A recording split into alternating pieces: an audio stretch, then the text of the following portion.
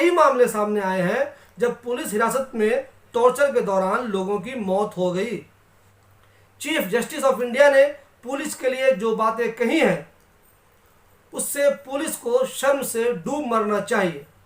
पिछले 3 सालों में पुलिस हिरासत में 348 लोगों की मौत हुई है कि उसे जो नौकरी मिली है, उसे जो डंडे दिए गए हैं, उसे जो बंदूक दी गई है, उसे जो वर्दी दी गई है, वह आम जनता की हिफाजत के लिए दी गई है, न कि उसे टॉर्चर करके हिरासत में आम लोगों को मारने के लिए दी गई है।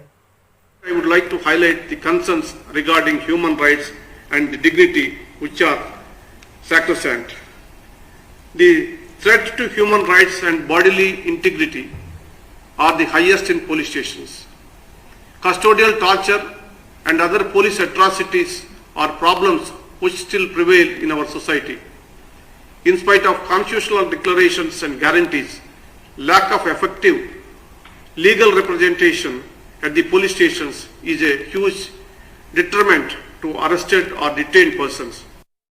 ये है chief justice of India NV Ramana, जिन्होंने इस बात पे चिंता व्यक्त की है कि हमारे देश में पुलिस थानों में सबसे ज़्यादा मानवाधिकारों का उल्लंघन होता है। जी हाँ, ये कितने अफसोस की बात है कि आज़ादी के इतने सालों बाद भी आज भी थानों में लोगों को टॉर्चर होना पड़ता है।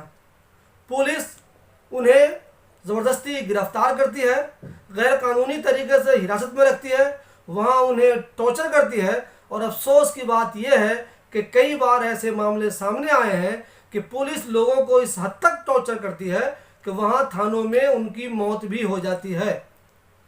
जस्टिस रमना ने इस बात पर ख़ास चिंता जताई कि आम लोगों को तो पुलिस हिरासत में टॉर्चर किया ही जाता है, जिन लोगों को विशेषाधिकार मिला हुआ है उन्हें भी 3rd डिग्री टॉर्चर का सामना करना पड़ता है। उन्होंने कहा कि ऐसी चीज़ों को रोकने के लिए एक तरफ जहां ये ज़रूरी है कि लोगों को लीगल असिस्टेंस दी जाए, उन्हें कानूनी सहायता प्रदान की जाए, वहीं थानों में होर्डिंग भी लगाना ज़रूरी है ताकि लोगों को ये मालूम रहे कि उन्हें संविधान ने क्या क्या अधिकार दिए हुए हैं।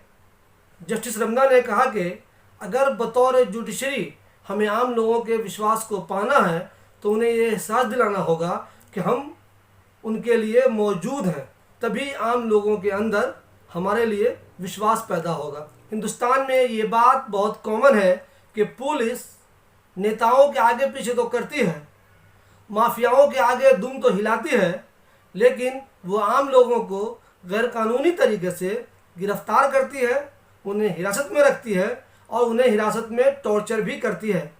ऐसे 1-2 मामले नहीं बल्कि कई मामले सामने आए हैं जब पुलिस हिरासत में टॉर्चर के दौरान लोगों की मौत हो गई। कभी कभी तो हमें यह भी सुनने को मिलता है कि पुलिस ने महिलाओं के साथ थाने में ज्यादती की और यहाँ तक कि थाने में बलात्कार की खबरें भी सामने आई हैं। ये कितने शर्म की बात है कि आज़ादी के इतने सालों बाद भी आम लोगों पर पुलिस के द्वारा जुल्म हो रहा है। जिस थाने में लोग इस उम्मीद में जाते हैं कि वहाँ उनके अधिकारों की रक्षा होगी, उन्हें सुरक्षा मिलेगी, अगर वहीं उन्हें असुरक्षा मिलने लगे, उनके अधिकारों का हनन होने लगे, तो ये शर्म से डूब मरने वाली बात है। चीफ जस्टिस ऑफ इंडिया ने पुलिस के लिए जो बातें कही हैं उससे पुलिस को शर्म से डूब मरना चाहिए। ऐसी बात नहीं है कि इस मुल्क की सारी पुलिस खराब है, मुल्क के सारे थाने बदनाम हैं, लेकिन इस बात से भी इनकार नहीं किया जा सकता कि मुल्क में ऐसे कई थाने हैं जहां से टॉर्चर की खबरें आती हैं। ऐसे पुलिस की संख्या हज़ारों में है जो लोगों को परेशान करते हैं, उनसे उगाही करते हैं, उनसे ज़बरदस्ती करते हैं और उनको गलत तरीके से कानूनी उलझनों में फंसाने की धमकी देकर उनसे वसूली करते हैं।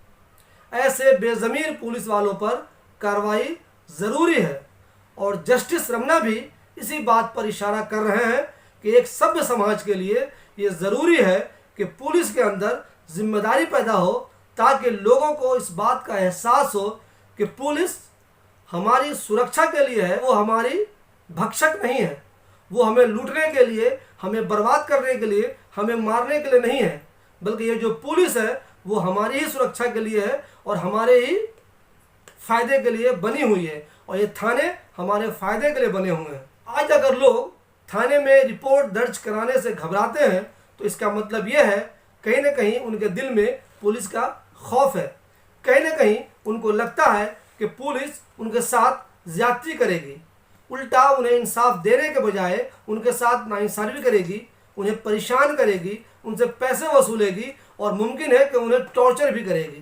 पिछले दिनों केंद्रीय गृह राज्य मंत्री ने लोकसभा में एक सवाल के जवाब में बताया कि पिछले 3 सालों में पुलिस हिरासत में 348 लोगों की मौत हुई है।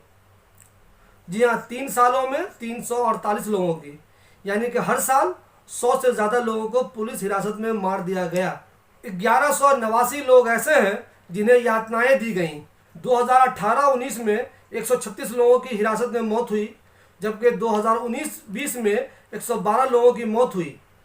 2020-21 में 100 लोगों की मौत अब तक पुलिस हिरासत में हो चुकी है। सबसे अफसोस की बात तो यह है कि जब सरकार से यह पूछा गया कि क्या थाने में मौत के बाद, हिरासत में मौत के बाद किसी अफसर के खिलाफ कोई कार्रवाई हुई, तो लोकसभा में बताया गया कि नहीं, इसकी कोई जानकारी सरकार के पास नहीं है। ये कितने अफसोस की बात है कि हिरासत में लोगों की मौत हो गई, लेकिन ये मौत का जिम्मेदार कौन है, उसके खिलाफ कोई एक्शन हुआ या नहीं हुआ, इसकी जानकारी सरकार के पास नहीं है। आमतौर पर देखा जाता है कि जब भी हिरासत में मौतें होती हैं तो पुलिस ये बहाना बनाती है कि मरने वाला बीमार था, उसे कोई ना कोई परेशानी थी, अब वो अपनी मौत मर गया, जबकि ये एक झूठ होता है। पुलिस अपने आप को बचाने के लिए ऐसा झूठ बोलती है। स्टैटिस्टिक्स की बात करें तो नेशनल क्राइम रिकॉर्ड ब्यूरो के आंकड़ों के मुताबिक पिछले 10 सालों में देश में हिरासत में हुई कुल 1004 मौतों में से 40% मौतें स्वाभाविक थी या बीमारी की वजह से हुई थी।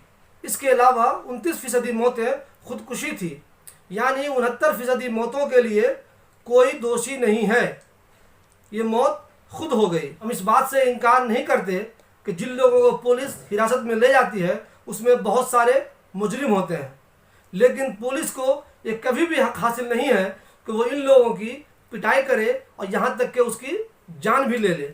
अगर वो मुजरिम है तो इसका फैसला अदालत करेगी, उसे सज़ा देगी। पुलिस का काम उसे सिर्फ गिरफ्तार करके हिरासत में रखना है और उसके बाद अदालत में पेश करना है। लेकिन अफसोस की बात यह है, आज़ादी के इतने दिनों बाद जब हम एक सभ्य समाज में सांस लेने की सोच रहे हैं, मगर अफसोस हिरासत में मौतें हो रही हैं। हमने ये कभी नहीं सुना, या सुना भी तो बहुत कम सुना, कि हिरासत में मौत के बाद कभी किसी पुलिस वाले को या उसके ज़िम्मेदार अफसर को सज़ा मिली हो, उसका ट्रांसफ़र हुआ हो या उसे कोई दूसरी सख्त सज़ा दी गई हो। अगर पुलिस की इस जाति पर कंट्रोल नहीं किया गया तो एक सभ्य समाज के लिए ये चीज़ एक कलंक है। अगर हम सब की ख्वाहिश है कि देश में एक सभ्य समाज विकसित हो तो उसके लिए ज़रूरी है कि लोग भी बेहतर हों और पुलिस भी बेहतर हो। पुलिस को अपनी जिम्मेदारी समझनी चाहिए। उसे ये समझना होगा कि उसे जो नौकरी मिली है, उसे जो डंडे दिए गए हैं, उसे जो बंदूक दी गई है, उसे जो वर्दी दी गई है, वह आम जनता की हिफाजत के लिए दी गई है, न कि उसे टॉर्चर करके हिरासत में आम लोगों को मारने के लिए दी गई है।